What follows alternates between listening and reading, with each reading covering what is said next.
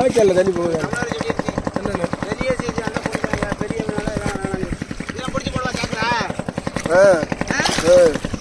அதில் போட்டு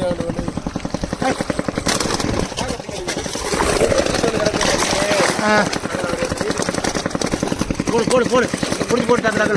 குடிக்க முடியலங்க, தண்ணி நிறையா கிடக்குங்க. மீன் தண்ணியை நான் திறந்து விட முடியாது. எங்கே திறந்து விடுவியா? அங்கே வரைக்கும் நேடு நோண்டணும்.